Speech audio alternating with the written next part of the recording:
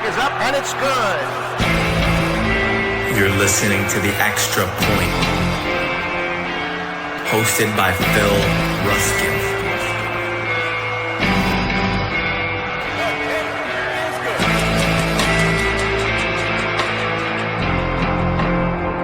Welcome.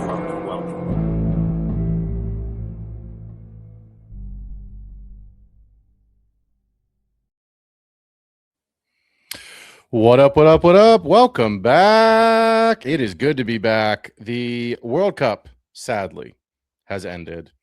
Congratulations to Spain. As everyone who listens to this show knows, I played college soccer. I coached college soccer. It is a massive, massive part of my life. And so I got to go to 3 World Cup games, 2 in Seattle, 1 in Miami. My daughter's birthday was sandwiched in between those 3 games. So I was in Seattle, California, and then Florida, and then back to California. So we took a little break from fantasy. Well, we never take a break from fantasy, Evan, but we just didn't record any of the Extra Point show. So stoked to be back with you, man. Haven't seen you in a minute. I know Kendall and Mike and I did a draft last Thursday that we're also going to be breaking down, a new Dynasty startup. So tonight we are going to be breaking down one of your Monday night mocks with Evan. If you are listening to the show, please DM Evan. Please check out our Discord. Jump in and make sure you join those. We always do those every Monday with Evan. And if you're looking to get ready for the season, which is not that far away, Hard Knocks starts in like 2 weeks, which is awesome, even though it is the Seahawks. But yeah, if you are looking to get ready for your redraft, and of course, Scott Fishbowl, some of those drafts have already concluded already, but we've been doing a ton of those throughout the summer. So if you are looking for Monday night mocks with Evan, jump in there and we will break those down. So you just did, a 12-team start 2 quarterback, full PPR redraft, no tight end premium. So we're going to talk through that tonight. So I'm going to bring the group up here, and we will start. Evan, I'll start with your team. I know we were just talking backstage about not doing that, but it's my show. So Evan had the 101. Now, did you randomize this, or did you gift yourself the 101? No, we don't do randomization, or at least I haven't thought to do that yet for any of my Monday night shows. But no, I decided to just grab the 1 spot, and then Alec, who is also Philadelphia, at the 2 spot, we ended up deciding to go 1-2 together just so that we can make our picks, and then it's just the easiest way to flow in conversation. I don't require all of my guests to do that if they don't want to, but it just worked out, and we had a great show on Monday night. The Fantasy Football Network, please subscribe to us if you haven't already. That episode is posted in the live section on YouTube. You guys are going to love it. Absolutely. And you can see the ticker at the bottom if you are watching the show. If you're listening to the show, make sure you DM at PRuskin on Sleeper. You can follow at _extrapoint_FFB on Instagram. Of course, our YouTube channels are always up. Make sure you guys like and subscribe. It does help the show. At the 101 in a 2 quarterback format, it was interesting as I broke this down to see Josh Allen not go till the 104. I don't have a problem with that. That's fine. It's a 2 quarterback league. You're on the turn. You know that there's going to be guys that will fall. I like your group. Obviously, Evan at the 101. Bijan is a great place to start. I think you're literally, splitting hairs to try to find the differences between Bijan and Gibbs this season. I think on the one hand, Bijan, I think, has a tiny bit less competition with Brian Robinson, although I don't think Pacheco is going to do much. I do think he's a better player than Robinson. So there's a chance that he gets a tiny bit more work. But I like the start there. And then, of course, at the 2-3 turn, you chose to go Trey McBride, Saquon Barkley. It's fantastic. You're going to dominate the league in terms of getting a Brock Bowers, a Trey McBride. I know a lot of people are high on Loveland and Warren, but I think the pass catchers in Arizona and Las Vegas aren't great, so I like that pick. I know it's not sexy, but I love the Garrett Wilson pick that you took at the 412 to conclude that. Here's why I like it. I'm not in on Geno. No one's in on Geno, but there's just nobody else there. Yes, Sadiq is there. Yes, Omar Cooper is there, but we don't know what they are yet. And if you looked at the first 5 weeks of the season last year, Garrett Wilson was the wide receiver 1. I mean, he was absolutely flying. And at the end of the day, yes, they got some rookies, and yes, they've got a quarterback, quote unquote, upgrade. But ultimately, I think what you're looking at is a player in Garrett Wilson who is the present and the future, who's been paid, who's going to dominate targets. And we say this every year. What if Sadiq and what if Cooper suck? What if they're slow to get going? What if Brees just, I don't know. There's just a lot to me that says that Garrett Wilson is going to dominate. And even though it's not sexy and the Jets are going to be atrocious this season, you don't care. You're looking for points. And Garrett Wilson's the kind of guy that can get you 18 to 22 points on a week. And his floor is probably 8 to 10, which is a wide receiver 3. So I think you've got a great pick there for your wide receiver 1. I'm in on Jared Goff. I'm always in on Jared Goff. I think he is the poor man's Matt Stafford. We just perennially leave the two of them for dead every single season, even though they're on great offenses and all they do is put up numbers. DJ Moore, DK Metcalf, and Jacoby Myers to round out your wide receiver core. I want to ask you this, Evan. Why Jacoby Myers over Alec Pierce? What was the thought process there? At the 901 and then at the 902 is Jacoby Myers and then Alec Pierce. There's nothing. I'm just curious. I know a lot of people are in on Pierce. So curious what your thought process was there with Myers over Pierce. So Jacoby Myers has one of the best sets of hands in the NFL. That is the biggest reason the Jacksonville Jaguars traded to get him from the Raiders last season.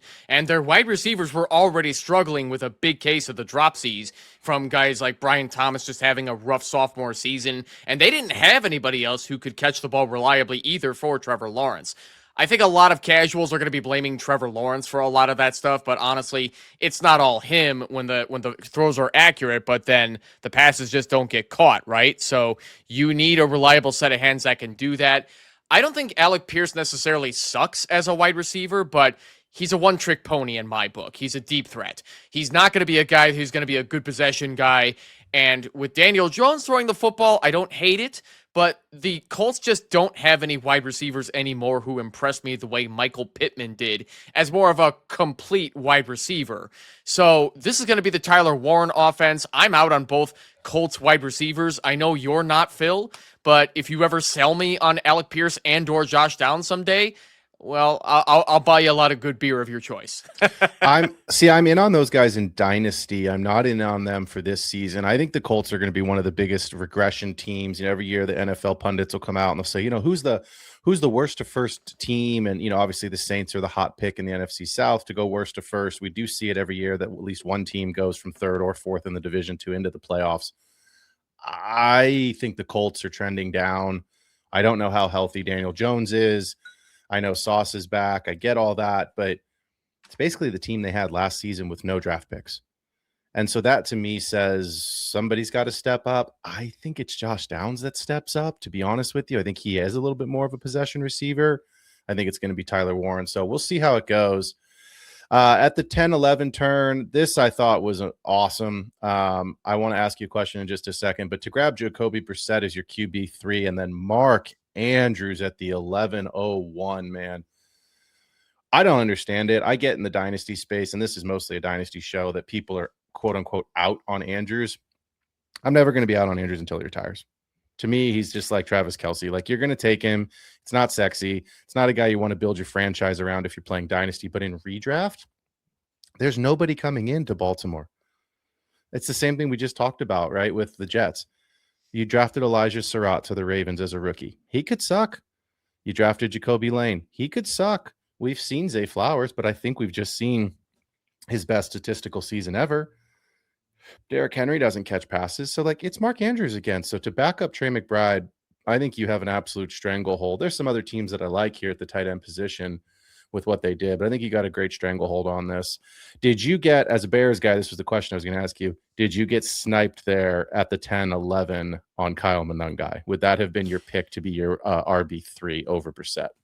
No, honestly, in a redraft league, I'm not looking for a guy like a Kyle Monangai who is a 1B behind a 1A in the running game. So no, Philadelphia did not snipe me on Monangai. Okay. Don't get me wrong, I love me some Monangai the run guy, but he's not somebody that I want to necessarily bank on in Dynasty or redraft. Unironically, I traded him away in Dynasty to get some pieces back from a Bears homer that my Dynasty team desperately needed, which included Joe Burrow. He actually gave away Joe Burrow for Kyle Monangai. So, wow.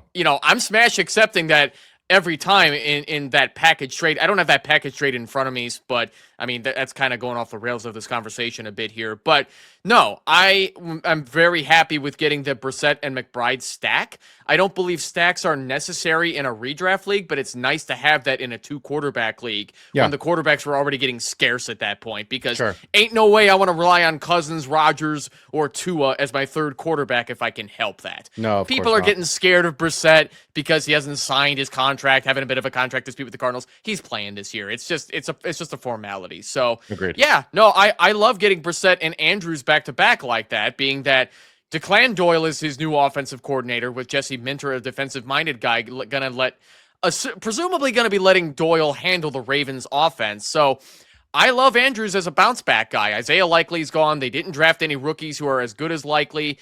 Their wide receivers are interesting to watch, but Andrews is still a big red zone guy who can also block. Give me Andrews as my tight end, too, all day. Yeah, agreed. I'm in on Monangai, and here's why. I love the Bears offense. I think it's going to be a step forward this year for the Bears offense. I don't know how healthy Rome is. I think he's fine. I think he's coming along. But DeAndre Swift has his own injury history.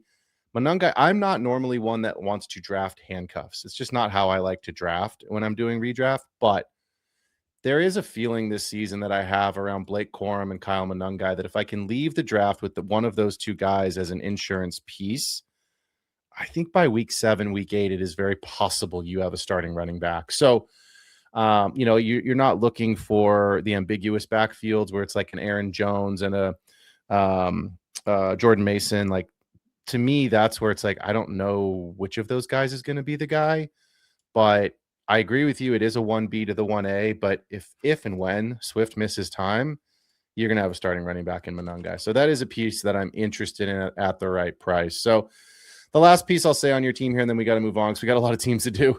I like Antonio Williams here. Oh, go ahead. One thing I will say about Monangai is that, yeah, technically he would start if Swift were to go out, but he's going to be rather limited with his upside because he is not a pass catcher. Monangai is like Isaiah Pacheco. He is a run angry at the ground type of Rutgers alumni running back, and that's what he excels at. And he won't always be efficient every game depending on the defensive line. So Ben Johnson is going to stick with 2 running backs. Whoever that second running back would be behind Monangai, it remains to be seen, but he's still a pretty good RB3 to have. I like this dart throw here in the 14th with Antonio Williams. Obviously, we're just starting to get into rookie camp, and then eventually here next week, we'll start to get some veterans back. But there really isn't a wide receiver 2. Brandon Ayuk's not going to play football. There's a one. I'll never say 0. There's a 1% chance he plays football. I doubt that it happens. I don't think he plays football in the NFL ever again. So I think Antonio Williams has the cleanest path to a wide receiver 2 job, to a starting role. And I think I like the kid. I think he's a good player coming out of Clemson. I drafted him all over Dynasty. So I think that's a great piece to have in redraft as a bench guy to see what you have over the first 2 or 3 weeks. And if you don't have anything, you just dump him. It's the 14th round. It costs you nothing. And you try to go put in some fab for the hot waiver wire guy that week. So I like your group. I think it's a good group. I think if you can stay healthy, can get some ceiling out of Wilson and DJ Moore, and some production from Williams, Metcalf, and Myers, you've got obviously extreme ceiling with your running backs and your tight end. I think you've got a great shot. Assuming this is a 12-team league, it's probably 6 teams would make the playoffs. I know this is a mock draft, but I think you're in that. I think you're in that top 6. So why don't you run us through Philadelphia's group, and we'll talk through it before we get into Du Bois 222's team. Sure thing. So Alec was a fantastic guest that I had on Monday as a Dynasty Pylon guy. Shout out Dynasty Pylon on YouTube. You got a great guy in Alec. But so Alec went Jahmyr Gibbs after I grabbed Bijan Robinson. And ironically, as you mentioned that you could kind of split hairs on whether Bijan or Gibbs is going to be the better RB1 in the first round. I like Gibbs over Bijan, and that's how I have my 2026 redraft ranking so far. I have Gibbs over Bijan. But I just wanted to change it up for the show just to, change the vibes a bit, see what teams look like when I draft players I normally wouldn't want to take. Yep. But Gibbs is a must-have every single time in your vanilla redraft leagues like this. So he's absolutely going to be the guy over Pacheco, catching passes, being the guy to get the first carries. Hopefully he doesn't get a lot of goal line opportunities sniped from him by Pacheco, but that remains to be seen. And as we already know by the name Philadelphia, he is the Eagles homer. So going Hurts and Knicks back-to-back to get the two quarterbacks out of the way. Hurts, I think, is still highly underrated as a valuable just a valuable passer and rusher, being that the Eagles offense has been ass the last couple of years, and they've been failing a lot to get the ball in the hands of their best wide receivers. So he also went Devontae Smith at the 5-2 to stack with Hurts.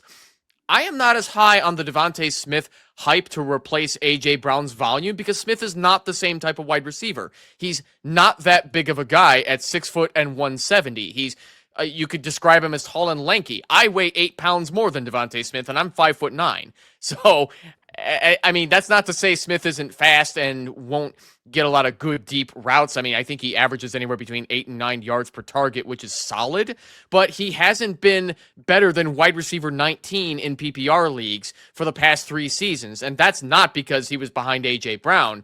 It's just because of the way the Eagles offense has been running, because for 2 out of those 3 seasons, he's been over 1,000 total receiving yards, but he needs to prove that he can do better than wide receiver 19 in my eyes. And now that they got Mekhi Lemon, Hollywood Brown, and Dontavian Wicks, they wanted to round out their wide receiver room knowing that A.J. Brown is gone. So I still like the Devontae Smith pick, but I would not want him as my wide receiver 1. Grabbed Carnell Tate, Cortland Sutton, and Alec Pierce as his next wide receivers, which I absolutely love for depth. Not necessarily Alec Pierce, but as a wide receiver 4, you're not going to hate that as far as value goes. Yeah. And getting Kyron Williams and Jalen Warren as his running backs 2 and 3, perfectly fine behind Gibbs. That's solid volume. And then Monungai is his RB4, which is also a solid RB4 pick, because Monungai is not going to lose out on work behind Swift in a 1B to the 1A. Waiting on tight end, I think, was a neat idea by Alec as well, getting Kelsey and Ferguson. Yeah. My favorite tight end pick of this whole draft was Jake Ferguson. 100%. Everybody seems to be forgetting that Jake Ferguson is a fantastic pass catcher in that Cowboys offense. He was going behind guys like Hunter Henry, Isaiah Likely, Dallas Goedert. I'm taking Ferguson over all of those guys. I would even consider taking him over Laporta and Kincaid. I would take him over Kelsey, to be honest with you. Yeah. Exactly. I'm taking him over Kelsey. So, yes, Ferguson is amazing value at tight end at that rate. And then he grabbed some rookie, Kimani Vidal's not a rookie anymore, but he grabbed some late-round dart throws. You get into the 14th and 15th round, everybody's doing dart throws at that point. Yeah. Plus, I took Chris Rodriguez away from him, who's presumably the lead of the committee in Jacksonville. Trey Tucker, okay. If he hits, he hits. Otherwise, who cares? Right. And then the Vikings defense and Chase McLaughlin as the kicker and defense. I think that's a solid start to the season for both of those positions that dynasty people hate. Yeah, I don't dislike this team. I want to make that very clear, but there are some questions that I had.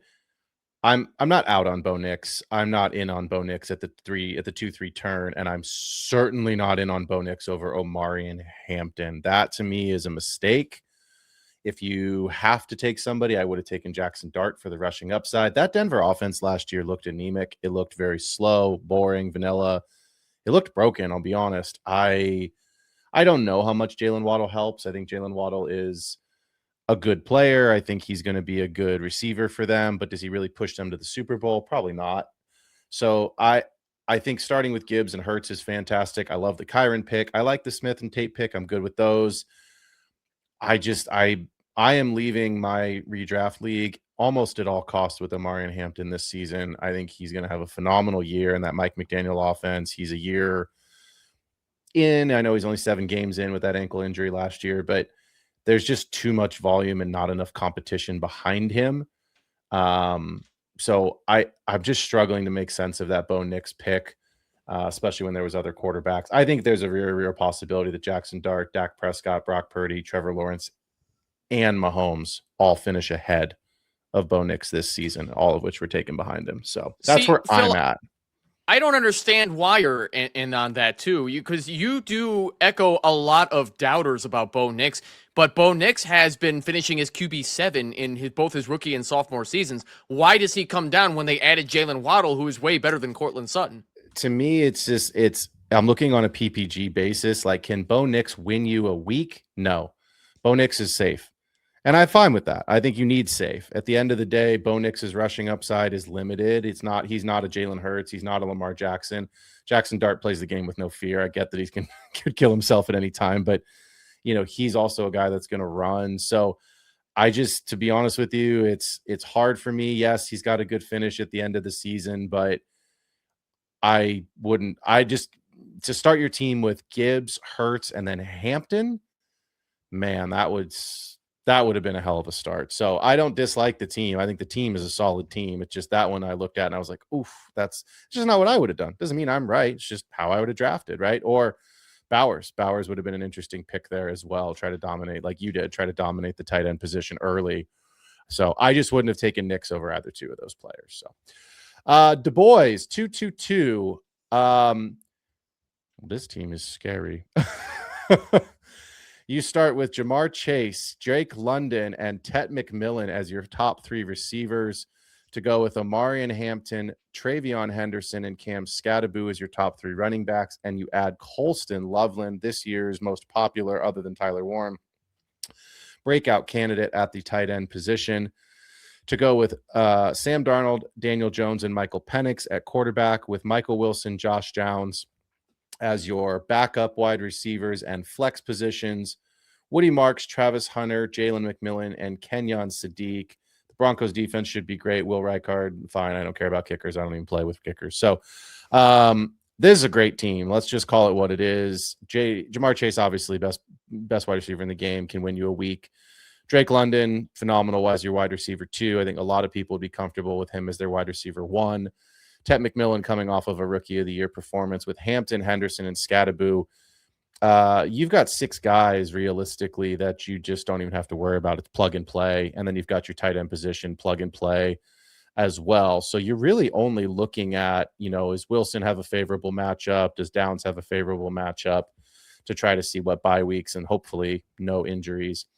When you start that strongly at the skill positions, your quarterbacks will suffer a little bit. So, it's not sexy, but like Sam Darnold, Daniel Jones can fill in and fill the void, because the ceiling is so high everywhere else. You don't need your quarterbacks to win you the week.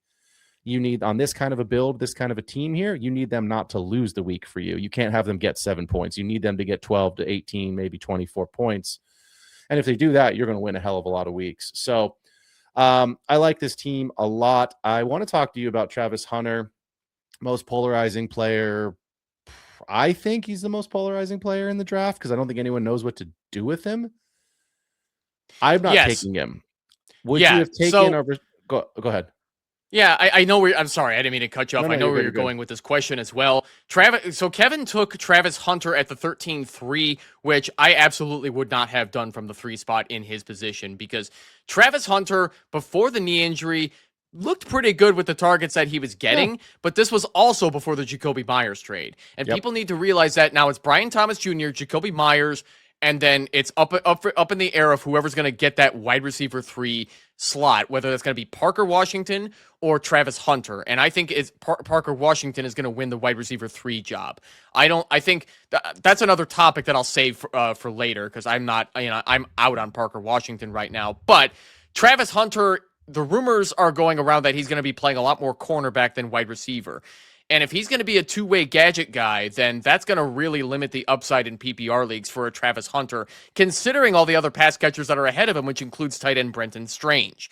Agreed. So and they just this paid is Strange. not.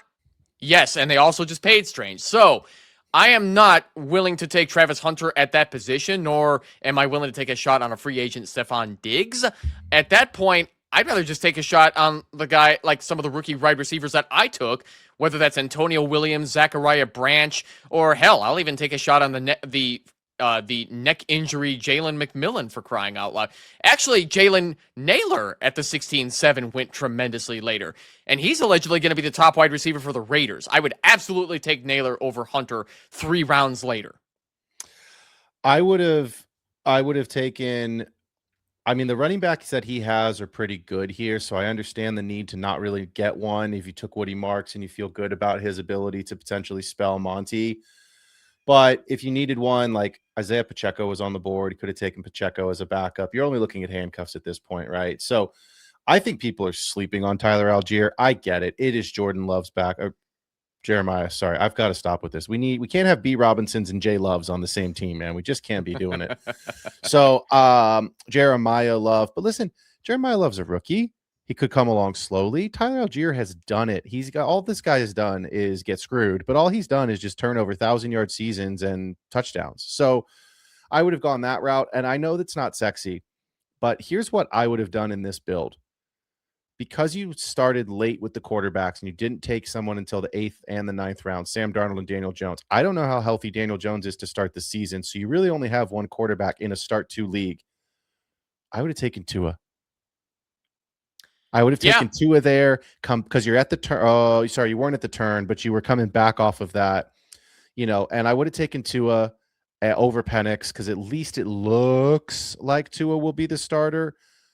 You've got the mini stack with Drake London. I know it's not sexy, but at least you've got somebody in there week 1 because Daniel Jones may or may not be ready. And I know you don't want 4 quarterbacks in a 2-quarterback league, especially 2 on the same team who you're starting every week, but you're not. You're not starting one every week. You're starting Daniel Jones when he's healthy. You will know who the starting quarterback is for the Falcons. So you've got a third guy either way. You're basically taking 2 guys to make 1 guy. That's what I would have done in this build without Travis Hunter, especially because you've got Jamar Chase, Drake London, and Tet McMillan. Boom. You are not worried about who you're starting until whatever their bye weeks are. And you've got Wilson and Downs, who are more than capable flex players and then certainly capable to fill in on bye weeks. So, and you took Jalen McMillan late on. So I don't really think there was any quote unquote mistakes made on this draft. I think it's a pretty damn good draft. I think that's the one area where I was like, okay, that's what I would have done and pivoted. And otherwise, I think this is a damn good team. Yeah, and the quarterback situation is the only critique I have on this as well. Yeah. If you're gonna wait on quarterback the way Kevin did, I think he did it pretty well with Darnold and Jones, despite the question marks on Jones's health. But at the 12th round, I'm taking Ron over Woody Marks because Woody Marks does not move the needle for me this season. He might have some PPR value, but I don't really want to touch. I don't really want to touch much of the backfield of the Houston Texans this year. I don't think Monty or Marks are going to be good this year. I think they're going to be just okay. They're fine to take in a later round, but to get a solid quarterback 3, I'd rather have Rodgers and then just wait to grab a running back and somebody like a Tyler Algier taken at the 13-8 that Classic Mike did. I would all day long give me Algier over Marks. Yep, agreed. Frito Bandito, let's break it down if you want to start at the top here, and let's buzz through this one. So Frito Bandito is nowhere near my favorite team, but he definitely has the most interesting one that I think out of everybody else he has the most interesting roster. Started with Josh Allen at the 104. Yeah, if you're in a 2-quarterback league, that's pretty phenomenal value. Followed up with Genty, went Brock Bowers, and then followed up with some amazing running back depth. I don't agree with taking Bashal Tutin over guys like Jalen Warren and Cam Scatteraboo and even DeAndre Swift. But, when Quinshawn Judkins is already taken by Classic Mike, or excuse me, Junkins. Take that, Mike. I see what you did there. Yes. I'm not high on Bashal Tutin at all because I don't think he's going to be the guaranteed RB1 in that Jacksonville offense. I think it's going to depend on the hot hand, and I think if Tutin has a good game, great. But Chris Rodriguez is the power bruising back who's going to get all the goal line carries, not Tutin. So that's why I don't hate that as the RB4 in that offense, but I would have grabbed many other running backs over a Bashal Tutin in that messy Jacksonville running back by committee. His second quarterback is Kyler Murray, which I'm fine with for our QB2 because he's got some pretty phenomenal targets in Minnesota to throw to, not limited to just Justin Jefferson. He's got TJ Hawkinson. Jordan Addison is probably in trouble because Kyler Murray sucks at throwing anything deeper than 10 yards. But he's also got Juwan Jennings, who I think could possibly take the wide receiver 2 position away from Addison. But a lot of people will hate me for that, but we'll get to that at some other time. And then he followed up with some pretty good wide receivers outside of Addison. Marvin Harrison, Chris Godwin. I'm not a big Godwin guy anymore, but he'll still get his targets for at least one more season. His QB3 is Kirk Cousins, which I think that's fine, if you need a solid third guy because he is starting. It's not going to be Fernando Mendoza right away. Hunter Henry, I don't like at all as a tight end too. I think he would have done much better with Jake Ferguson, like we were just talking about. Jonah Coleman, if you want to roll the dice on a rookie running back in a committee in Sean Payton's offense in Denver, okay. But you still would have been better off with Tyler Algier, like we were just talking about. Yeah. And what makes this interesting is that he went hard for what I think could be possibly the top number one DST this year in the Rams after they traded for Myles Garrett, and then the best, most reliable kicker in the game in Brandon Aubrey. I don't agree with grabbing them early, but if you plan on starting those all season long outside of the bye weeks, go right ahead and get your guys if you really don't like these double-digit dart throws and these other players. But it doesn't mean I agree with it, but if you're going to stick to your guns on that part, good luck trying to win the league with that. Because Trey Harris, Torrey Horton, and Sean Tucker, no thank you.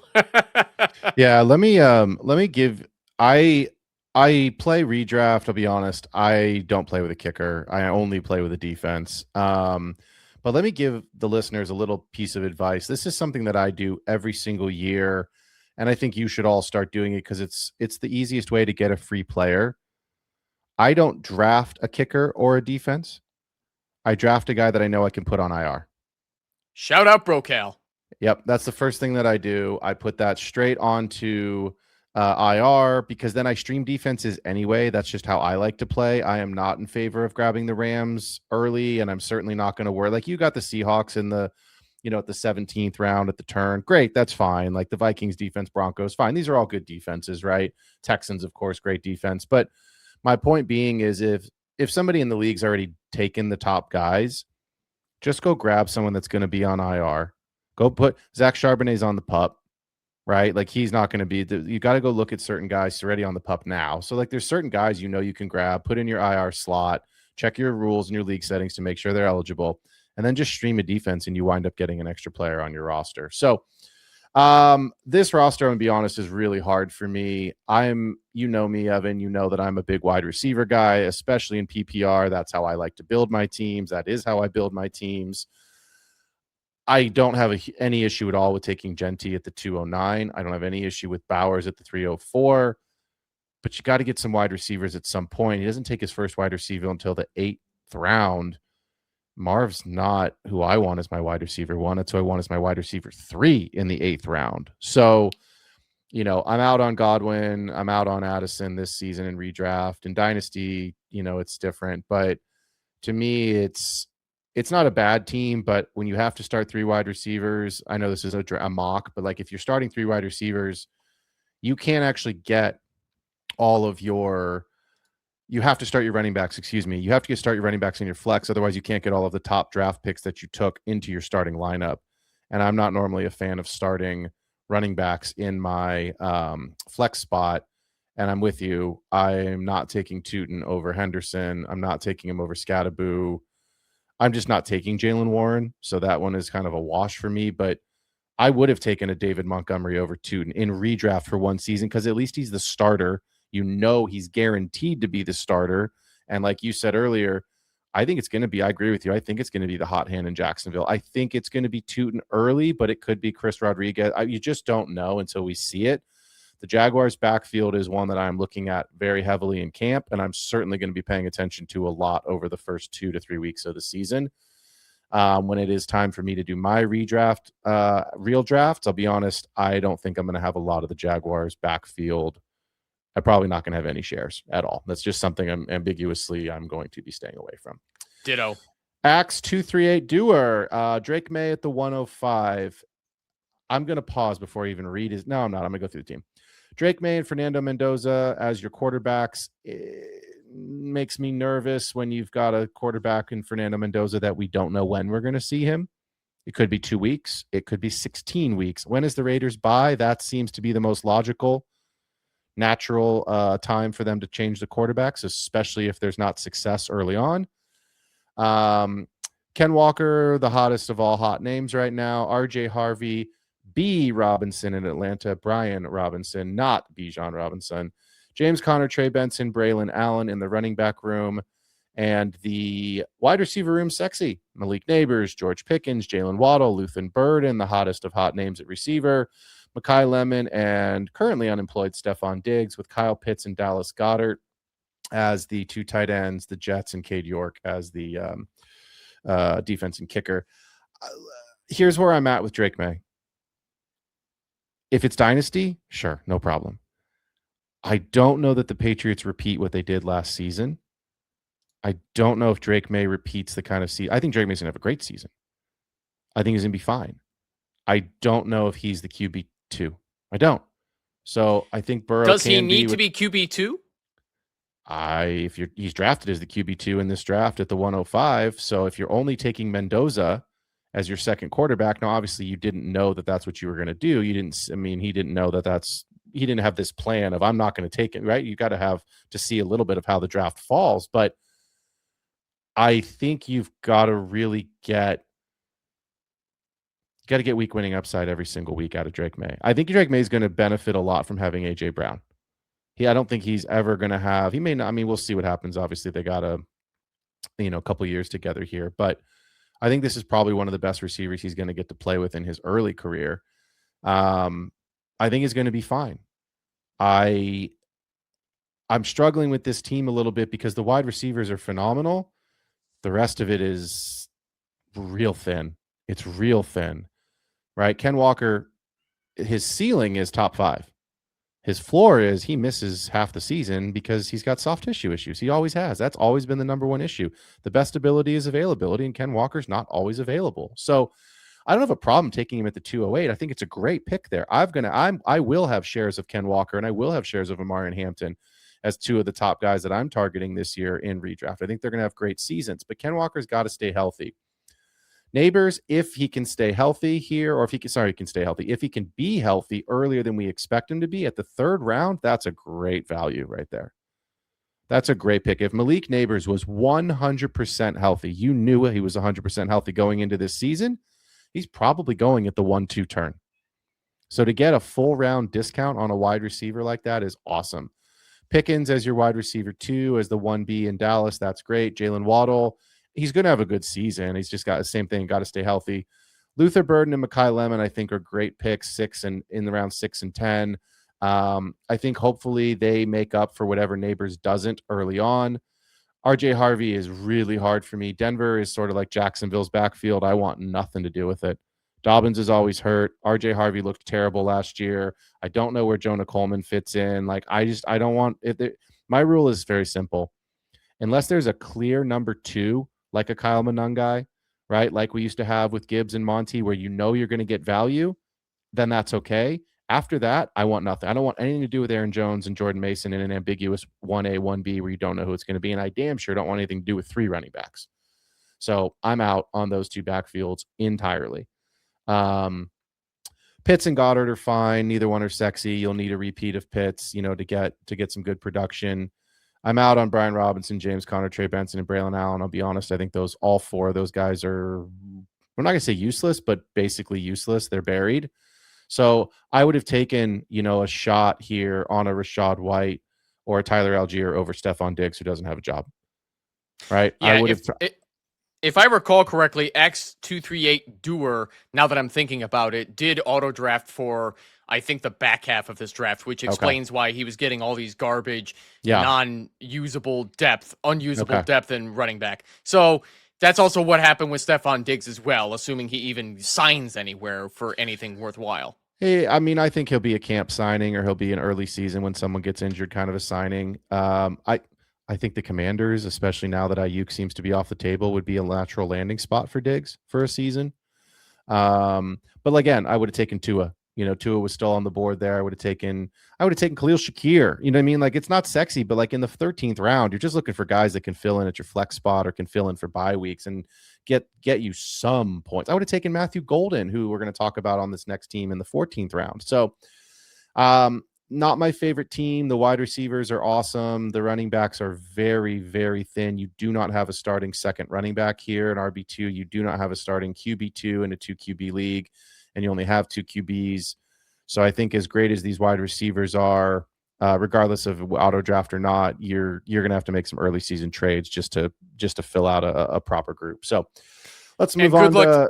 And good luck to them if they even get any bites on any early season trades, because it's not that common that you have a lot of redraft leagues in which people are willing to trade right away because people want to see how their teams do.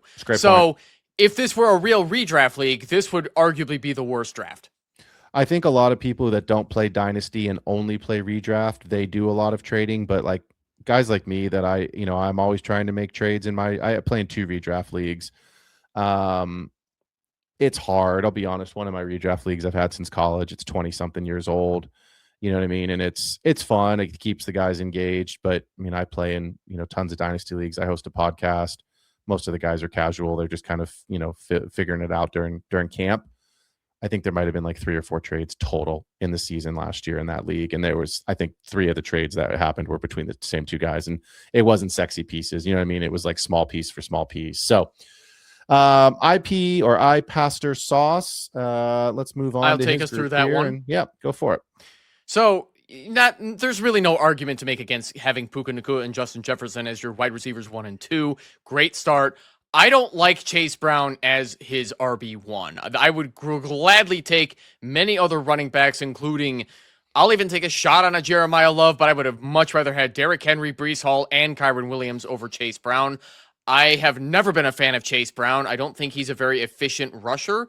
If you dump the ball off into his hands, sure, he can probably get you a short first down occasionally, especially with the volume that he was getting because the Bengals offense was so trash. But when you have the talent that you have between T. Higgins and Jamar Chase, you really don't need a lot of Chase Brown dump-offs unless something is seriously wrong with your offense. Whether or not that turns around for the Bengals this season remains to be seen, but I don't like depending on Chase Brown as my RB1. I would be willing to bet that Javonte Williams has a better season than Chase Brown. That's how low I view Chase Brown. Wow. Now, Brown did turn last season around where he started to get some volume that was working out toward the end, but were the Bengals fucking horrible to start off the season, making Chase Brown a terrible draft pick to start the season. But I Pastor Sauce then grabbed DeAndre Swift, who I really love as an every week RB2. And his quarterbacks are fine, too. Patrick Mahomes, Jordan Love as a QB2. Jordan Love, if I'm not mistaken, is the second worst accuracy in passes that go beyond 10 yards, just ahead of, or I should say behind, Kyler Murray, where Jordan Love really is not that accurate of a deep passer. And they don't really have a lot of guys who do go deep often with all their wide receiver 2s who are pretty decent at getting open like between 10 and 15 yards, but not a problem for the Packers. LaFleur will adjust accordingly. Harold Fannin as a tight end 1, totally fine. Bryce Young as a QB3, solid. Parker Washington, Jaden Reed, Matthew Golden, Jalen Naylor, all solid wide receiver depth options. You will have the opportunity to either flex or start them when the bye weeks come up as well. So any of them as your wide receiver 3, I think, are going to be fine. Aaron Jones, I still think, has a little bit left in the tank. I don't have any faith in a Jordan Mason, where Mason just isn't really that good as a RB2. I think he took advantage of the San Francisco offense that helped him shine. Yeah. But, I mean, you'd be able to speak on that better than me. But in Minnesota, not the same. Rashad White, okay, fine. He could have some PPR upside in the Washington's running back by committee. That's another backfield I want nothing to do with either. Yeah, I'm staying away there too. Yeah. And Juwan Johnson as a tight end 2 for this season, I'm totally fine with that. I think this will be the one of, if not the last season, the second to last season he'll be relevant until they can hopefully develop Oscar Delp if that happens. Agreed. And then Cameron Dicker, the kicker, and New England Patriots kicker and defense. I think that's fine. Yeah, it's an interesting team. I think there's some players here that Matthew Golden in the 14th round to me just seems like an absolute steal. You know what I mean? Like in the 14th round, you're looking at guys that, let's be honest, probably aren't going to be on your roster at some point during the season. Bye weeks are going to happen. Injuries are going to happen. I haven't looked at the NFL schedule that in depth right now to know which week if for fantasy is the bye-pocalypse, but we know the bye-pocalypse comes every single year. So to me, it's like Matthew Golden is a screaming value in the 14th round. There's no way that I'm not leaving. If he's he's not going to be, he'll be a riser. But if you can get Matthew Golden in the double-digit rounds, that's an incredible value. So that to me was actually the best pick of this entire draft for iPastor Sauce. So you're buying into the breakout potential that Golden has? No, I'm buying into in the 14th round, you have a possibility for him to actually have a clear path to relevance because it's the same situation it's always been. Christian Watson, great when he's on the field, but we said it earlier, the best ability is availability, and he is always injured. Jaden Reed, great player, but not the same kind of talent that Golden is. So do I think Golden's going to have this career resurgence, unbelievable year where he takes this massive year 2 leap? No. Do I think he's going to get better? Yes. Do I think he's going to have a better season than he had last year? Yes. Do I think he finishes inside the top 36? Yeah, I do. I think that is a very real possibility for him to finish inside the top 36. Is he a wide receiver 2 inside the top 24? No. But in the 14th round, if you're telling me I could get a wide receiver who on this depth chart is 1, 2, 3, 4, the 5th wide receiver I drafted. Oh, I didn't see you drafted Jalen Reed. Oh boy. Not a great. Yeah. So if you're telling me, let's say Jaden Reed's not there. Let's say you're taking Dobbs instead. My wide receiver 5 is possibly the wide receiver 1 on his own team. That to me is the definition of a value. So I don't need to believe in a quote unquote massive breakout. I just have to believe that he can outproduce whatever he's going to finish in. I'm not going to count him up, but as the wide receiver 40 something off the board, I think he can outproduce that. So everything you said about Matthew Golden is exactly what I would say about Jalen Naylor, because he's got the opportunities in Vegas, even on a significantly worse offense. Yep. But the piece of Vegas that's interesting is volume. It's Bowers, it's Genty, and insert piece here. And I think that is Naylor. So Breaking Ball, good friend of the mock drafts. He has been with us forever. So we are going to go through his team here really quickly as we get to the middle of this draft. Christian McCaffrey at the 107, no problems for me. Caleb Williams, I think the Bears and the Chargers are going to be the 2 hottest teams this season. I think their players are going to not only get steamed up, but I think they're going to get really, really expensive the closer we get to the start of the season, especially if the news is no injuries and, any sort of positivity. So those are 2 teams that if you want them, great. I think you're just going to have to pay for them. Nico is like I always put Nico in italics when I do my rankings because he's always my wide receiver 12. Always. He just always is. And I put him in italics because I know he can go up and down. So not someone that I usually have a ton of. In fact, I think I have like 1 or 2 shares of him in Dynasty, and I just don't leave drafts with him in redraft. Trevor Lawrence and Caleb Williams and Geno Smith, good quarterback room. Absolutely no problems there. Christian McCaffrey, Bucky, we're going to talk about in a second. Monty, Jordan Mason, Keaton Mitchell in the running back room. Nico Collins, Mike Evans, BTJ, Romeo Dobbs, Jalen Coker, Denzel Boston as the receiving core with Sam Laporta and Chig Okonkwo to match with the Jaguars and Evan McPherson. Where are you at with Bucky, Evan? I know in Dynasty he is a hold. You cannot trade him because, exactly what you just did. People are just so – it's like he fell in the garbage and then rolled into a pile of mud, and then he got out and dusted himself off with, yesterday's shoe leather. Like he stinks. Like everyone he's like the stinky kid on the playground no one wants to play with, but he's a good player. I'll put it to you this way.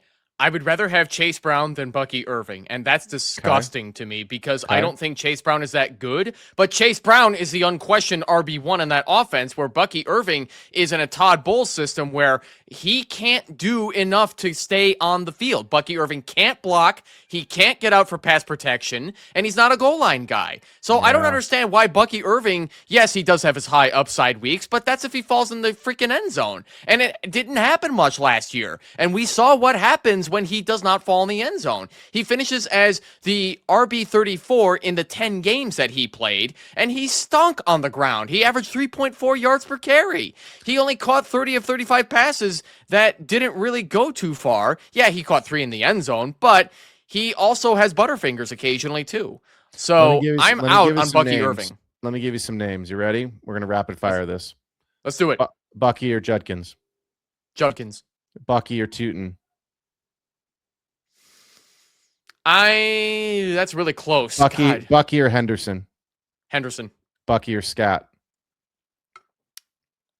That's close too, but I would lean Scat. Okay. Bucky or Swift? Swift. Okay. Bucky or Tootin?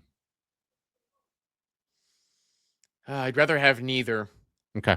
So there's But your I think bar. I'll go. But I think I'll That's your go floor. Bucky because at least I know Okay. that he's going to be the lead in their time. I guess we'll call it a timeshare. It's not so much a committee, but yeah, I think the Jacksonville Jaguars have a committee, and I don't want to trust Newton. Here's where I'm at with this pick. I don't think it's a bad pick. I understand when you go 2 quarterbacks in the first 4 rounds, you need to get someone because I almost said Bucky falls off a cliff, which maybe he does, but running back falls off a cliff quick. We all understand that. And in redraft, you just need running backs, man, in every format. You need them in Dynasty. You need them in everywhere, right?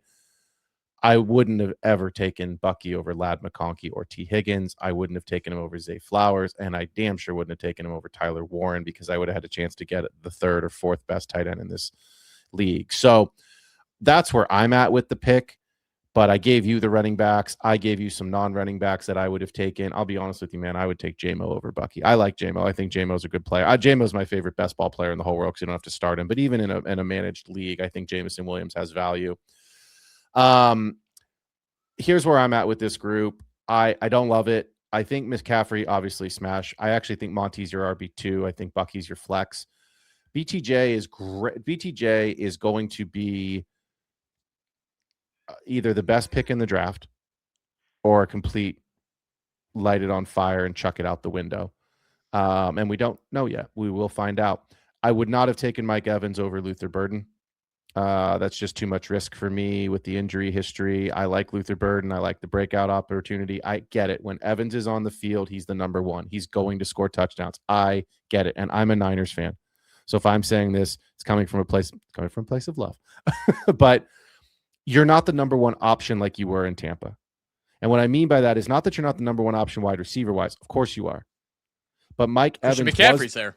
Correct. And so is George Kittle at some point, and who is a huge red zone issue. When you were in Tampa, you had Bucky, who you just said, not a goal line guy.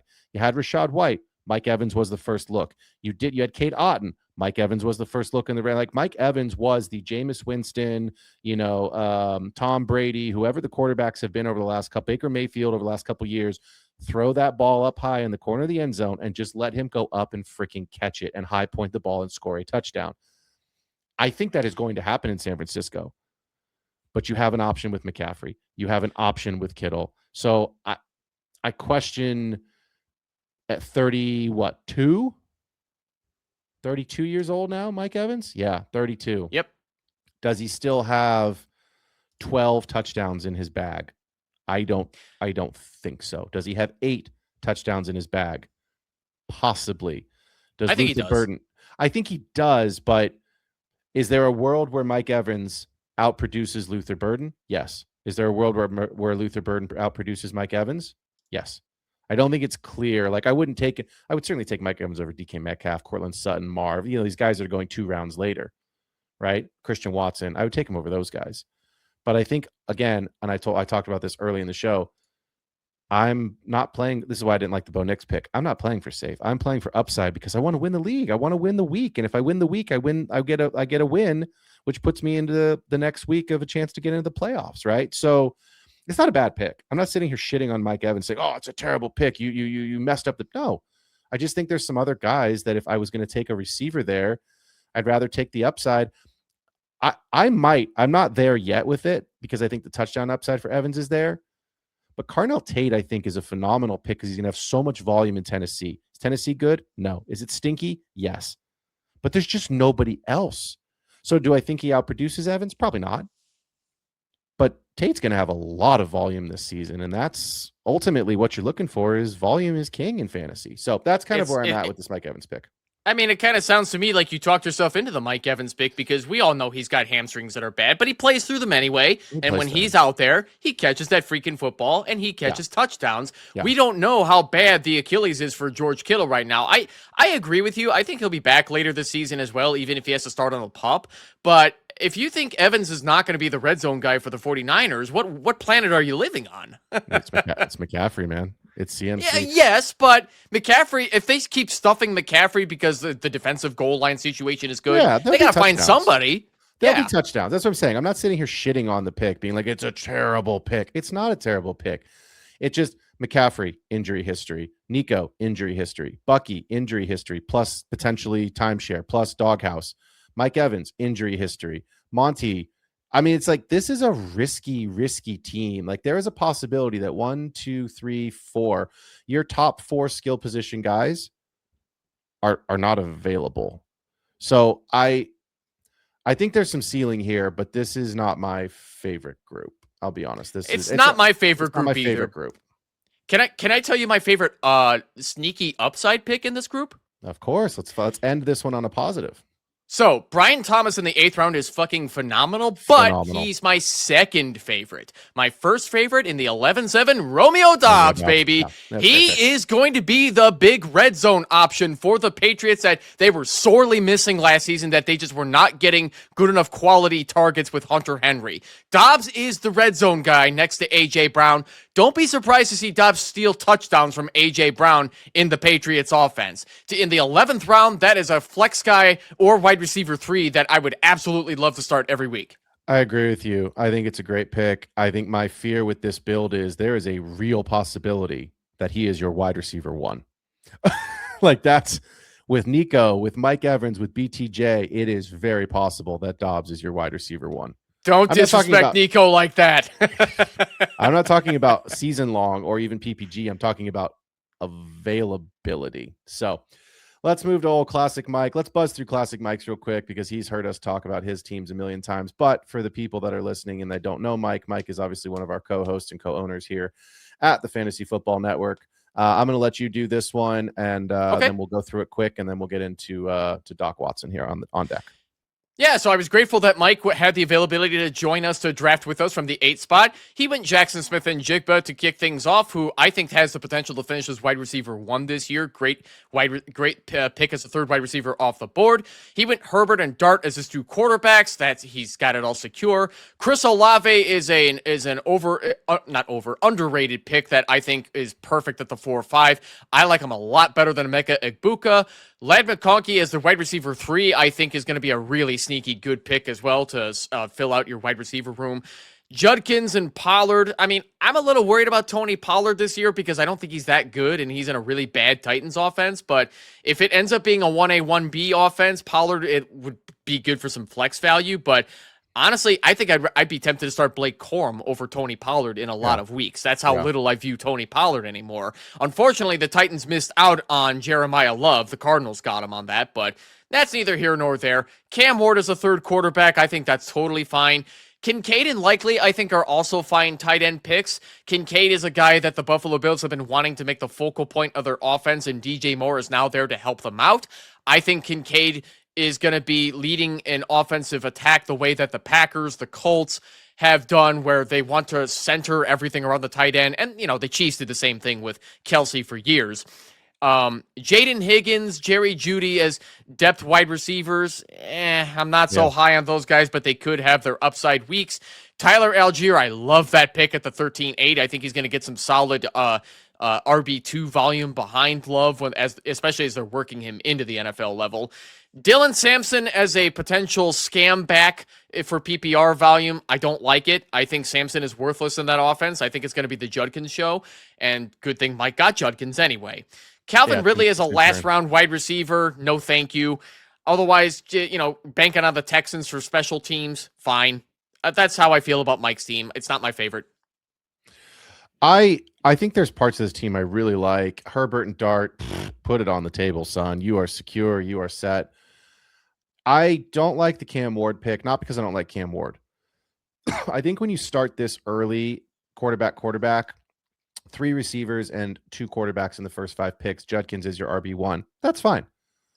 I would have passed on Cam Ward here and I would have taken Jadarian Price, if I'm honest, because you need an RB2. You need someone that's going to get some volume. I don't love Jadarian Price, but we just found out, I know you did this on Monday, and we just found out yesterday that Sharps is going to start on the PUP, but I think we all pretty much assumed that Sharps was going to start on the PUP.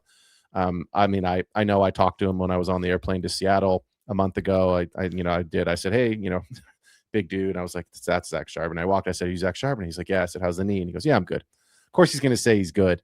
What do you think he's going to say to a fan? No, man, I'm hurt. Like, get out of here.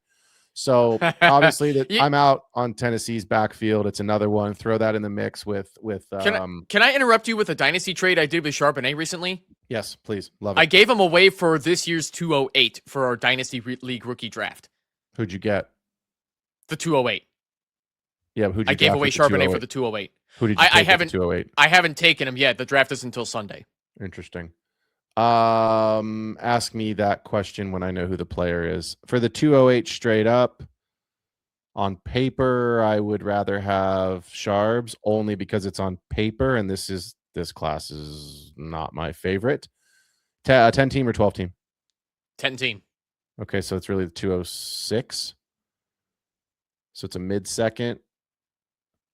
Roughly. Depends who you get. If you get Antonio Williams at that pick, I think that's a fair trade. If you get Chris Bell at that pick, I think it's a fair trade. If you get, I know you really like Emmett Johnson. I think it's Kinda. I'm not like big on Emmett Johnson, but I'd rather have him over the garbage that's behind him. Yeah, I think if you get Williams or Bell, then it's a good trade because I think they're going to have more value long term than Sharps. Because here's what's going to happen with Sharps when he gets healthy. Even if he comes back and beats Price isn't going to go away. They just spent a first round pick on the kid. 32nd overall. So it's going to be another timeshare no matter how you shake it. And if Price is the guy, then Sharps is the 1B. If Sharps is the guy, then you're going to have the same issue that you had with Ken Walker, where Price is going to steal stuff from Charbonnet the way that Charbonnet irritated Walker managers. So here's what you need to do. Here's the answer to the question. One, good decision to trade Seattle running backs away. If you have Price, you need two things to happen. Number one, you need him to start well. Number two, you need to trade him before the trade deadline in your leagues, because that is when you're going to maximize his value. But you got to do it early because people, sharps like us, like sharps in the industry, are going to know that Charbonnet is coming back. You need to find somebody that's interested in Price because they think they have a shot, and that's when you trade him. So, let's move on from Mike's group. I just wouldn't have taken Cam Ward there. I would have taken another running back because I don't like Pollard. I wouldn't have taken Pollard there either. I would have taken BTJ. That's, to be honest, that's a miss. But otherwise, yeah, I think there's pieces of Mike's team that I like a lot. So Doc Watson, Joe Burrow is like a my guy for me. You know what I mean? Like Devonta Smith in Dynasty is like a my guy for me. Devonta Smith is like the wide receiver 2 or wide receiver 3 on like almost all of my Dynasty teams. Is just a player that I'm just not going to ever stop drafting.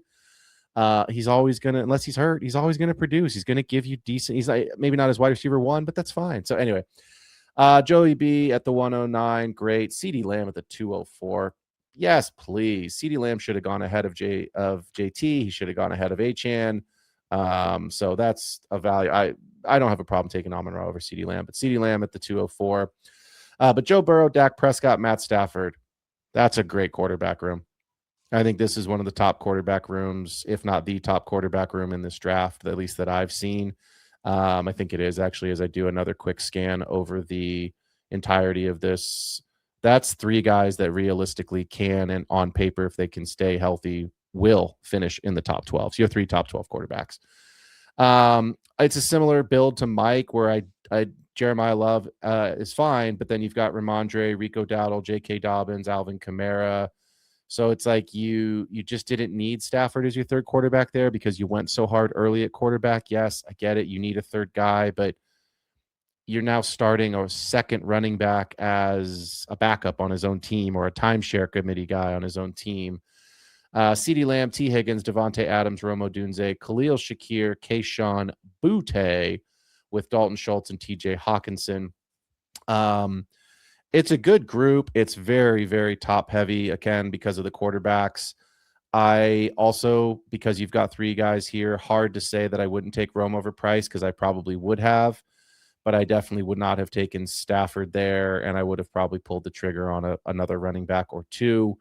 So I think it's a good group. I also would not have taken Devontae Adams over Kenshawn Judkins. That's what I would have done, even if I had started this way, is I would have taken Judkins there to pair with Love, because I've got Lamb and Higgins already locked up as my 2 receivers, and there's still plenty of receivers left. Are you really upset if Rome's your wide receiver 3 instead of your first flex? I'm not. You know what I mean? So there's guys that I think are there. So I just don't think, if this was a real league, that this team has the running back depth or even the running back ceiling to really be dangerous. Could they make the playoffs? Yes, but it's going to be on the backs of these wide receivers. And if one of these wide receivers has bad weeks or isn't available. I don't see this as a playoff team. So I think the downfall that people, kind of the trap that people step into with Superflex or with Start 2 is they just freak out about quarterback. And I get it. I do get it. But it's like, if you get too early, then you've just got to load up at the other positions and be comfortable with 2. And then it's not sexy, but take fucking Geno Smith. You know what I mean? Like take Kirk Cousins or Fernando Mendoza, because you're never going to – Matt Stafford, unless it's a great matchup, probably isn't starting over Dak Prescott. Probably. And he's definitely not starting over Joe Burrow. You know what I mean? So like with Mike's team, Herbert and Dart are clearly the starters. Cam Ward is obviously your third quarterback, but like, is Cam Ward really going to have that much of a better season than Geno Smith? Probably. But is it going to be that much better than him? Is it going to be that much better than Bryce Young? You know what I mean? It's like, those are the names. So that's where I'm at, Evan, is like, this is a good group, great group of wide receivers, not a great group of running backs. And then obviously the sex appeal is the quarterbacks. I think Doc overfocused on stacking because he got his Higgins and Burrow stack, he got his Prescott and Lamb stack, and he got his Stafford and Adams stack. That stacking, you don't need to stack in redraft leagues. You can, but if you overfocus on it, you could lose the plot, kind of like what he did in the later rounds here, where he had to go after some depth garbage in the form of Stevenson, Dowdle, and Dobbins, which they can hit if they stay healthy or if they just happen to get the hot hand. But I'm not banking on any of those 3 guys to be a solid RB2 this year. And Kamara's career is practically over. He's going to be behind Travis Etienne. Yeah, exactly. This is actually a great best ball team. If this was a best ball, best ball draft, this guy, I mean, man, he crushed it. This is a great best ball team. Come on, Doc. It's not best ball. I know. But it's like, listen, your RB2 is Ramondre, who, like, you've got 3 guys who are in timeshares already guaranteed. You know what I mean? If you had taken Jeremiah Love and Monty here, okay, then I like this team a lot better, because at least you know you've got the guy, right? But it's not what it is. So why don't you do Andrew Korn's team here as we get towards the 10, 11, and 12 spots? Yeah, absolutely. So Andrew Korn started off strong with a quarterback who I think is going to be back up on the upswing in a Jaden Daniels. I think the offense is not going to get that much better this year for the Commanders, but I think they will have a slightly better season. I could see the Commanders going 9-8 this year with a better offense, and I think Daniels is fine as a QB4 because of his rushing upside. He's got a damn good arm. You can't go wrong with him up there. I wouldn't have taken him over Caleb Williams, but you're not really going to be mad with him as your QB1. He also got Malik Willis and Tua Tagovailoa as his other quarterbacks, which I think is a bit risky if this were a real league, because Willis will have his upside weeks, but he's going to be his only real target is Devon Achane, and that's not going to net a lot of value as a QB2. So I think Andrew missed out on a lot of valuable quarterback depth, and what he did in exchange is go strong and hard with Amon-Ra St. Brown, Derrick Henry. I don't know why he went in Josh Jacobs if he even freaking plays this year. Zay Flowers, Terry McLaurin, Jadarian Price, and Chuba Hubbard. I think that's a solid core of running backs and wide receivers to get your team started. I'm not a big Pearsall guy anymore. I think he's going to lose out on a lot of volume this year. I know. I know it's heartbreaking, and I know I wanted to root for him too after he got shot in his rookie year, but I just don't see a clear path to volume. I wouldn't be surprised if Christian Kirk got more work than Ricky Pearsall. Yeah. Casey Concepcion, I don't like as a wide receiver 5 because I think he's going to be more valuable in return yards than anything else. I like Denzel Boston better. George Kittle might have to start on the pup, and if you get a Rondé Gadsden as your tight end 1 in the meantime, he's likely going to be sitting behind David Njoku for this season only while he develops in the NFL. So I don't like this tight end room as much as I wish I could. Omar Cooper, okay. Tank Bigsby, I don't know why the fuck you take Tank Bigsby, but, you know, taking dart throws toward the end, whatever. But Andrew Korn, I think, has a better team than Doc Watson, but I still don't like it. Yeah, there's some question marks. I think the wide receiver room is decent. Obviously Henry and Jacobs up top. Jacobs is going to be a big question mark. I think the trial stuff is as of now behind him, but how much of a distraction is that going to be? He's a year older, has more wear and tear on the body. JD5, right? Great, but he's got to have a bounce back. So it's not a bad team. I don't know that it's a playoff team. There's ceiling here, but the ceiling is Derrick Henry. It's your first 3 picks, right? It's JD, it's Amon-Ra, it's Derrick Henry, and then whatever you get from the rest of it is okay. So, yeah, not a bad team, just not a great team. And I think, unfortunately, you're probably middle of the table. Nobody likes to be. You'd rather, I mean, I know it's not dynasty, right? But at the end of the day, I don't want to be in the middle of the table.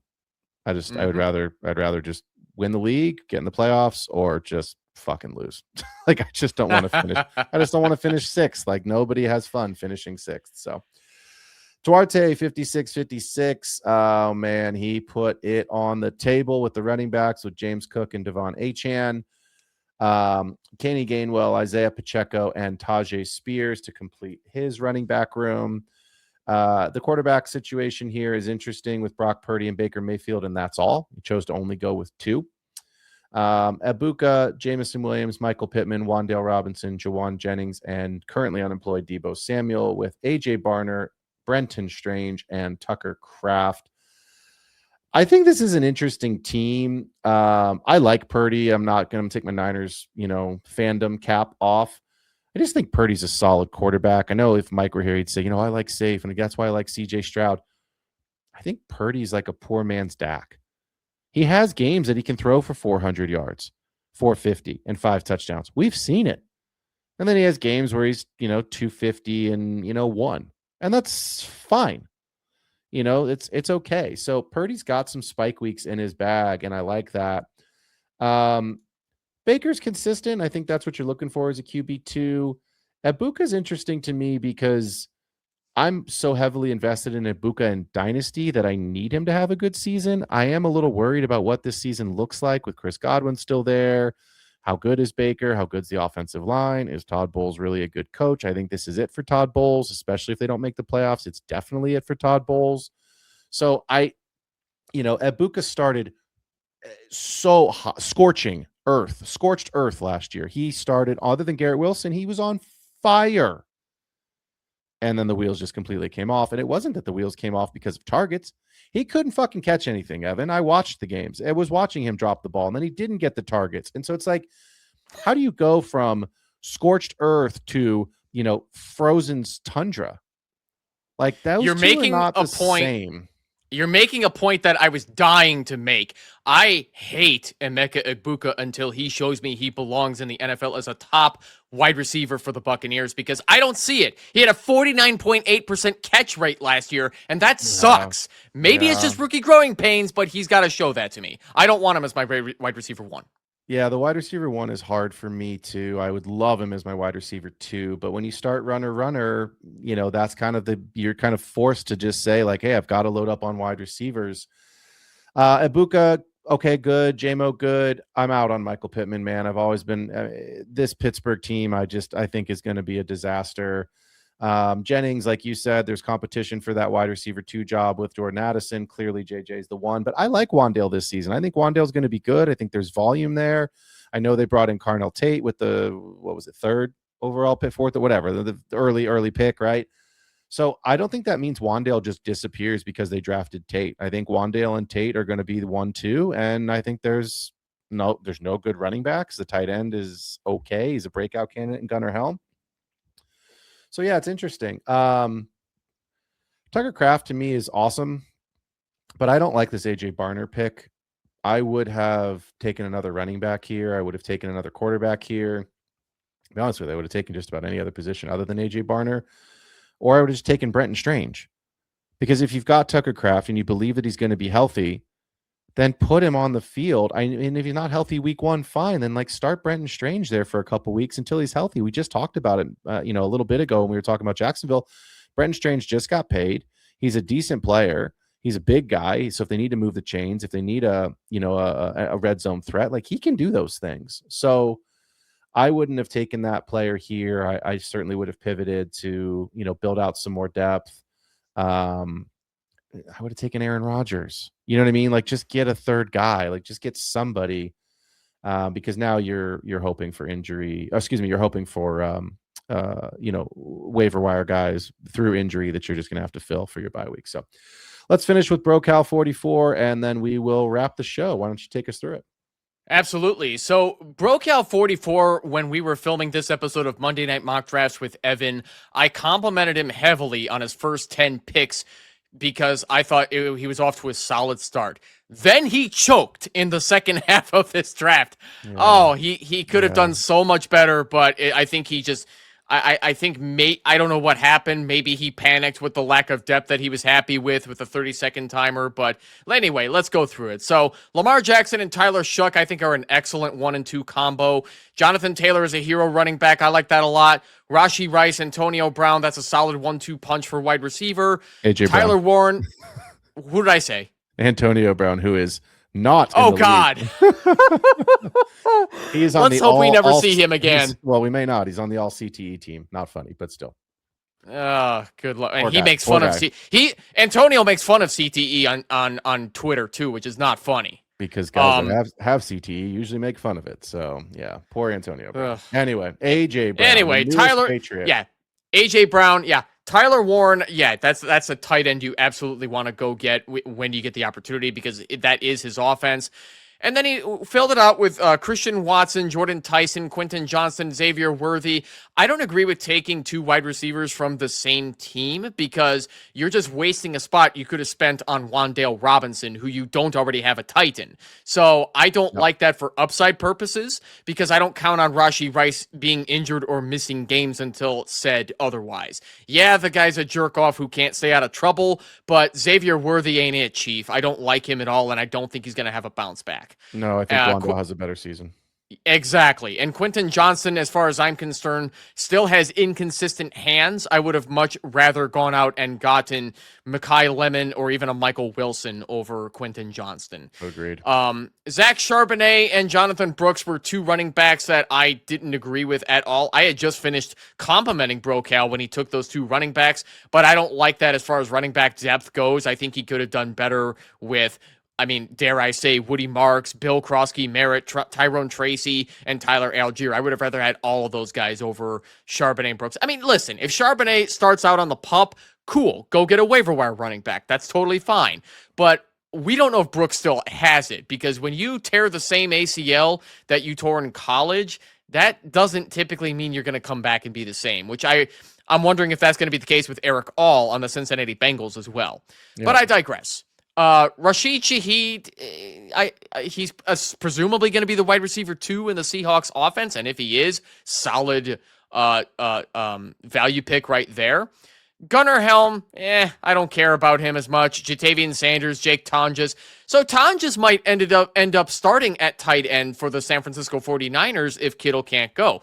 We saw that Tonjes can fill in Kittle's role pretty decently. He's not Kittle, but at least he can get you some solid flex value behind Tyler Warren, which I like that pick as well.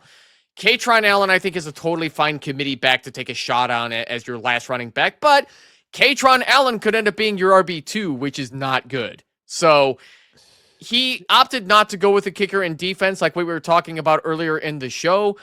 I think you've got plenty of candidates to cut to go get a kicker in defense from here. Yeah, this team is the one that stood out to me. I hate ending on a negative, but this team is, to me, the worst build. I don't think it's the worst team. I think it's the worst build. We already talked about I would have taken Wan'Dale over Worthy. That was kind of a no-brainer. Listen, I get it. I understand that people love Christian Watson, but again, he's a player that's just not on my board because I don't trust him. So I think if you're going to start this wide receiver heavy, then you really need to just go load up on running backs. So to not take Worthy over Wan'Dale was a miss. But then when you get down here and you're taking Charbonnet and Brooks, like if you're paying any kind of attention at all in the offseason, you knew Charbs is going to start on the pup. You know he's not healthy. You know that Brooks, look, if you want to take a shot in the 18th round in best ball for Jonathan Brooks, fine. I don't care. If you want to take a shot on Jonathan Brooks in the 15th or 16th round here in redraft, fine. I don't care. But to take him in the 12th over, listen, Aaron Jones is not sexy. I don't like Aaron Jones. But he's at least a guy that's going to be on the field until he's not, right? Like you said, Bill Krosky, Merritt, Rashad White, Tyler Algier, Jordan Mason. Like these are guys that are going to play more than Charbs and Brooks are. So The Gunnar Helm pick over Isaiah Pacheco, huge miss, right? Like it to me, it's like you're just not giving yourself a shot. You don't have an RB2 on this roster. I agree with you. I don't like the Rice and Worthy combo. I love if you have, here's where I would take Jake Tonjes. I would take Jake Tonjes if I had Tucker Kraft. That's the perfect pairing, because if Tonjes can fill in for a couple weeks until Kraft is ready because George Kittle's not available, great. And then you move on from Tonjes and you put Kraft back in the lineup as soon as he's ready. So Yeah. You have as many tight ends on this team as you do running backs. That's a huge issue for me. I only generally draft one tight end, and I will waiver wire / stream, a backup when I need to. Because I'm of the opinion, if you don't get McBride, Bowers, Loveland, or Warren, just punt. Don't even deal with it in the mid rounds. Like where you got Andrews in the 11th, phenomenal. Ferg in the 13th, phenomenal. So this was a difficult build for me to analyze when I was looking at this pre-show. I was like, oof, that team is rough. So overall, I would say it's a good exercise. I love that you do this. I think it's awesome that this is every week. I'm obviously, we are co-owners of this company, but also, we do this content together, and appreciate you being on the show and, asking me / wanting me, allowing me to break this down for everybody. So Evan, I'm going to give you the last, second or two here. Will you please tell everyone one last time where they can find you / us, and where they can jump in on the next Monday Night Mocks should they want to jump in and be available? Absolutely. Monday Night Mock Drafts with Evan will be running again this coming Monday at 8 p.m. Eastern. I am going to be having our good friend Mike from Dynasty Gens as my guest, who I think it's going to be interesting to have a Dynasty guy breaking down a redraft league, which hopefully should make it for some interesting content. He was a great guest when we had him on I think he was on Friday Mocks with both Kendall and Mike, if I'm not mistaken. So I think this would be a fun show. If you haven't already, subscribe to the Fantasy Football Network on YouTube. You'll easily find us based on the logo at the bottom left of your screen. We will definitely be back with a 10-team, 2-quarterback PPR redraft league, just making things a little bit smaller just to see how the ADP changes versus a typical 12-team league. If you want to join that, I am actually making the draft room for that as we speak. Join our Discord server in the description of this video as well so that you can nab yourself a spot. Yep, absolutely. And while we were doing this recording 26 minutes ago, breaking news, Cardinals quarterback Jacoby Brissett reported to training camp today despite not having a new contract. So as you correctly predicted, he is going to play. He is going to be the starter. I don't think there's any issues there.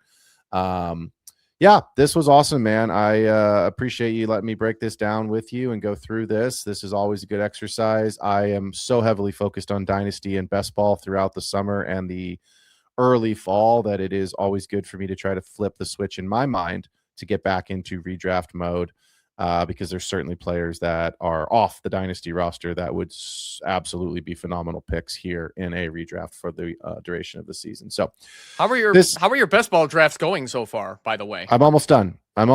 So you know this, and I think Mike and Kendall know this. I do best ball from June until basically middle of August. And I do that because the casuals usually start showing up in the middle of August when camp starts and the prices start getting out of control. And I did a show about a month ago, maybe 5 weeks ago, where I talked about structurally how I want to break. You were on that show. I think we all four did it together. I think that was the best ball show, if my memory's right. We was. But structurally, I like to have 3 stacks. I like to have 3 different teams that I'm stacking with, even if it's just some small corollary pieces, even if it's just Jackson Dart and Isaiah Likely, right? Because you don't get neighbors. Fine. But you can't get 3 quarterbacks with receivers / tight ends that late in the summer. The prices are just too high. So I have probably got another 2 weeks, and then I think I'm going to call it quits on best ball and start getting ready for the redraft season. And then it's football time, man. We're kicking off here pretty soon. It's crazy. We're not that far away. I've done 4 best ball drafts so far in DraftKings, just a bunch of sit and goes, 12 teams, just $1 entry. I had a bunch of DK dollars I needed to spend anyway, and I can't cash them out, so I figured let's do a bunch of best ball drafts. So I am going to be posting those, how they turn out, in the Discord server as well, if you join that in the best ball channel. So be Nice. sure to join that if you want to see how our best ball teams, our drafts are going. I wish I could post mine. Otherwise, I would probably crash the server. That's how many best ball drafts that I have and have done, and I don't feel like crashing the server right now. So, but it is always fun to jump in and do. I like to do a little bit of everything. A little bit of best ball, obviously a ton of dynasty, and then some redraft, and then one keeper league, which is always kind of a unique take on an auction startup keeper league every year. So that's always kind of a fun league to participate in as well. So, well, I'm going to wrap the show. This has been another episode of The Extra Point. Appreciate Evan being here, of course, with me. For all of us here at the Fantasy Football Network, we will catch you soon. We out.